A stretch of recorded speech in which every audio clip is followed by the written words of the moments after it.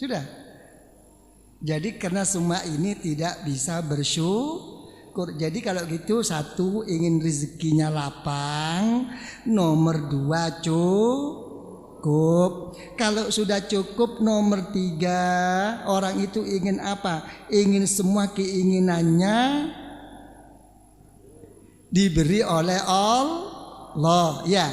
Nomor 4, ingin diampuni dosanya. Nomor 5, ingin apa? Ingin diterima tobat. Sudah ingin itu? Sudah? Ya, 5. Cukup? Cukup? Ya. Semua ini dijawab oleh Allah dalam Al-Quranul Karim. Tidak pasti. Silahkan. Ya. Pak Roy, Pak Diki, Habib nangis-nangis. Ya, ingin rezeki kepada Allah. Ya Allah, ya Allah, ya Allah. Senangis-nangis bagaimanapun dijawab oleh Allah dalam Al-Quranul Karim. Yarzuqu may yasha bighairi hisab. Kata Allah, masih nunggu saya. Kalau saya mau saya kasih, kalau enggak tidak. Mau apa? Nangis nanti malam, jungkir balik. Ya Allah, ya Allah, ya Allah. Ya. Mau kaya, dijawab oleh Allah, fasaufa yughnikumullahu min fadli insya'a. Kata Allah, iya, akan aku beri kaya, kata Allah, kalau aku mau. Silakan Pak Roy, mau kaya, kayak Lim Siliong. Belum tentu. Pokoknya saya ingin terkabulkan segala permohonan saya, dijawab oleh Allah, fayakshifu ma tad'una ilai insya'a. Kalau saya mau. Mohon ampun kepada Allah, dijawab oleh Allah, wa yaghfiru ma duna dzalika liman yasha. Kalau aku mau mengampuni. Mau bertobat, dijawab oleh Allah, wa yatubu ala mayyasha. Semuanya belum pasti. Yang pasti cuma satu saja. La in syakartum, syukur. Jadi semua ini, kalau gitu orang-orang sekarang ini sampai kejadian seperti ini karena apa? Karena pemimpin-pemimpin kita ini dan konglomerat kita ini tamak dan karena tidak bersyukur. Kok sampai rame begini Yai? Kok sampai timbul macam-macam disiksa? Ini sudah bukan merupakan ujian, bukan merupakan musibah lagi ini Kiai. Apa? Ini merupakan siksa. Benar kalau Anda mau mengatakan seperti itu. Kenapa? Karena kata Allah dalam Al-Quran Al-Karim, ma yaf'alullah bi'adzabikum in syakartum wa amantum. Allah Ta'ala tidak akan menyiksa kamu kalau kamu beriman kepada Allah. Kalau sudah beriman dalam menghadapi hidup dan kehidupanmu, kamu mau bersyukur kepada Allah. Ini permasalahannya. Oke, you understand? Ya. Jadi jangan berharap, ya apa itu orde lama, apa itu orde baru. Sekarang orde apa ini? Hah? Apa orde apa? Yang direformasi itu siapa?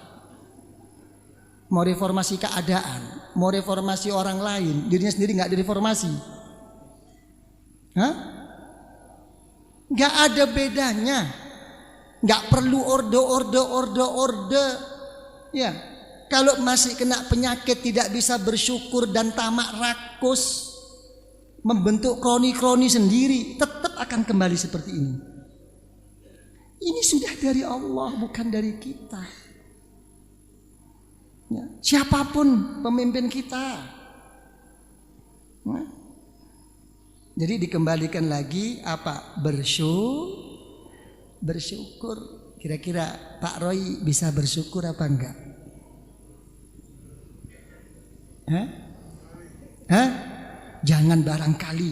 Mulai kecil sudah makan nikmat Allah, kok baru barangkali. Yang benar aja loh. Main spekulasi ini. Coba gimana kalau bersyukur? Ya. Tadi dijawab ma fa'alallahu bi'adzabikum in syakartum wa amantum. Allah Ta'ala tidak akan menyiksa kamu kalau kamu beriman kepada Allah dan bersyukur kepada Allah. Gimana? Hah? Susah? Belum bisa bersyukur? Kenapa kok kita itu belum bisa mengakui bersyukur kepada Allah? Karena kuncinya nikmat sendiri belum sempat kita syukuri. Itu Pak Roy. Coba saya urut satu. Kira-kira bagaimana? Kita kaya, cukup segalanya, tapi naudzubillah mati tidak membawa iman. Kita tidak punya apa-apa, tapi mati membawa iman. Memilih mana?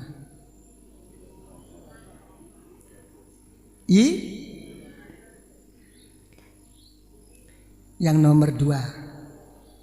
Kita tidak punya apa-apa, tapi seger waras. Ya. Diberi kekayaan, punya pesawat 10, tapi sakit gigi terus. Pilih mana? Loh, pilih seger waras. Ini kunci-kunci ini loh. Sudah? Nomor 3. Kita diberi cukup apapun oleh Allah, tapi tidak selamat. Tidak diberi apapun, tapi selamat. Pilih mana? Hah? Jangan diketawakan, ini kuncinya syukur. Hah?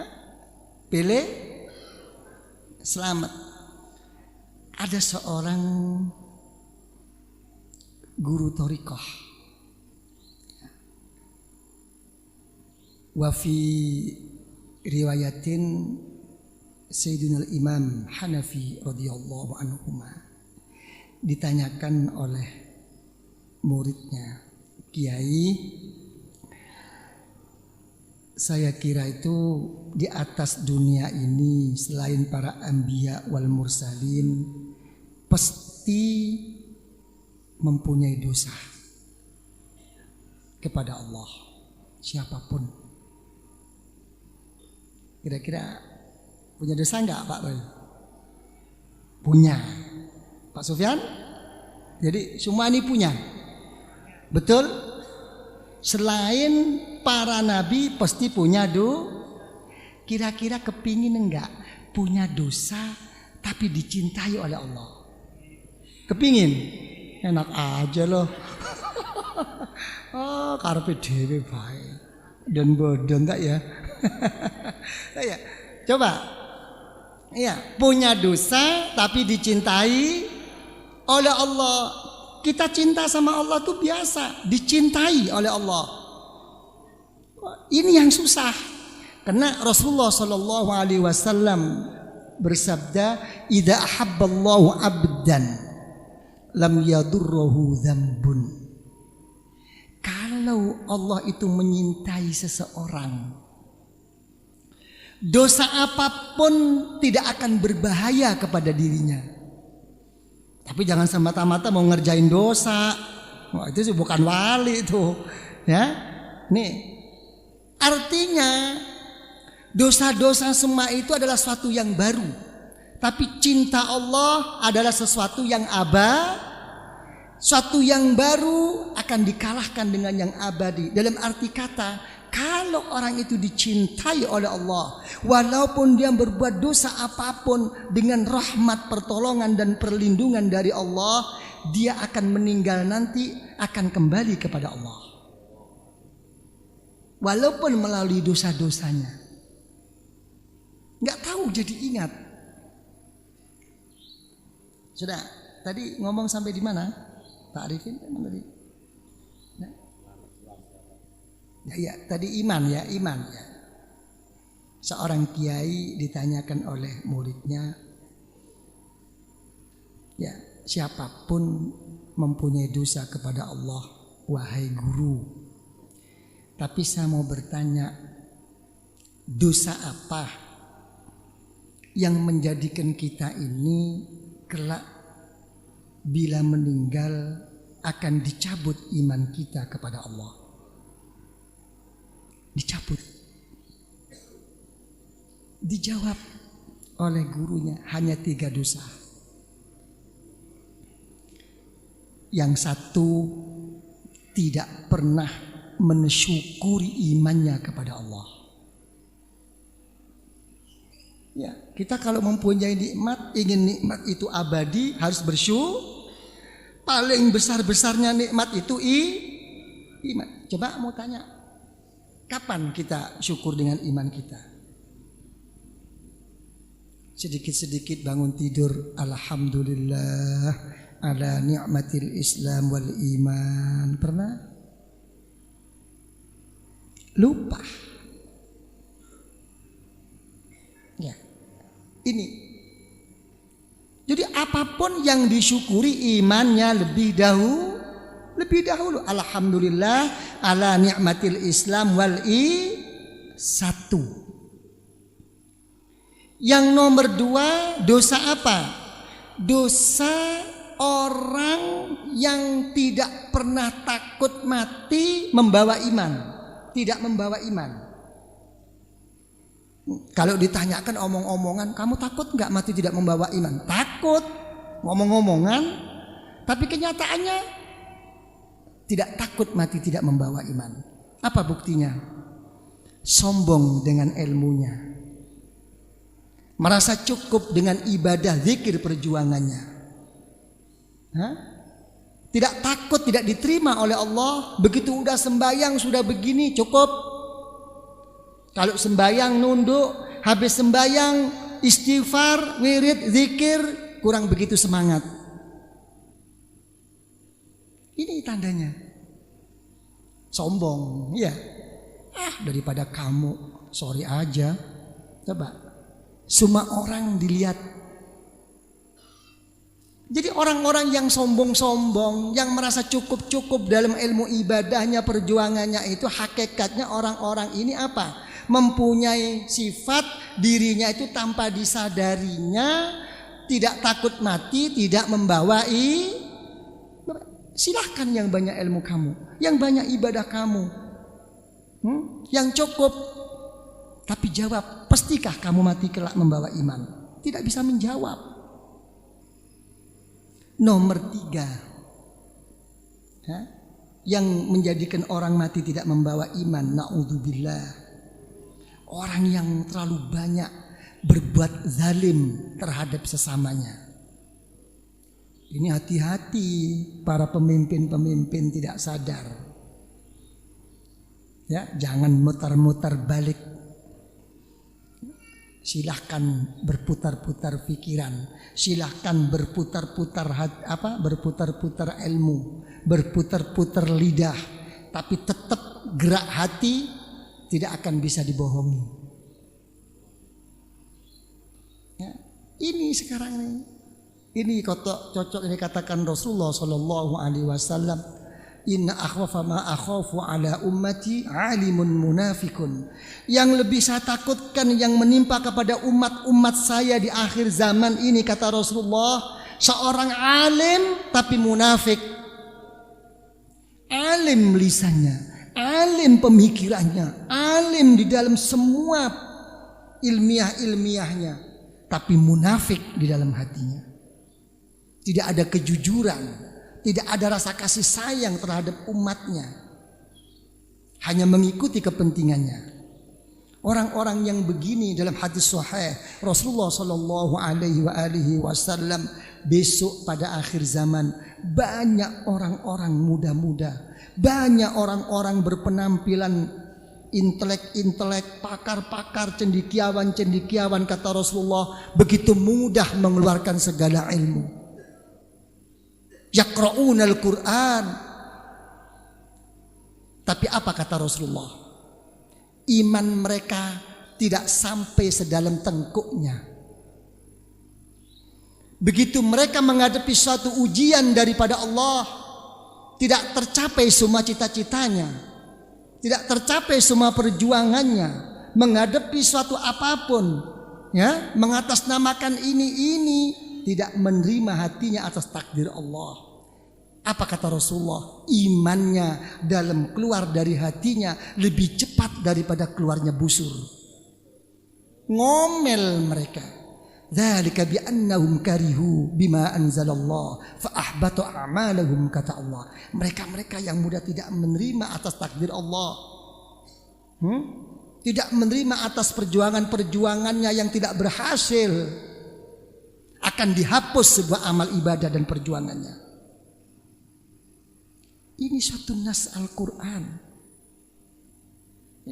Tapi kita umat Islam, memang beginilah kenyataannya.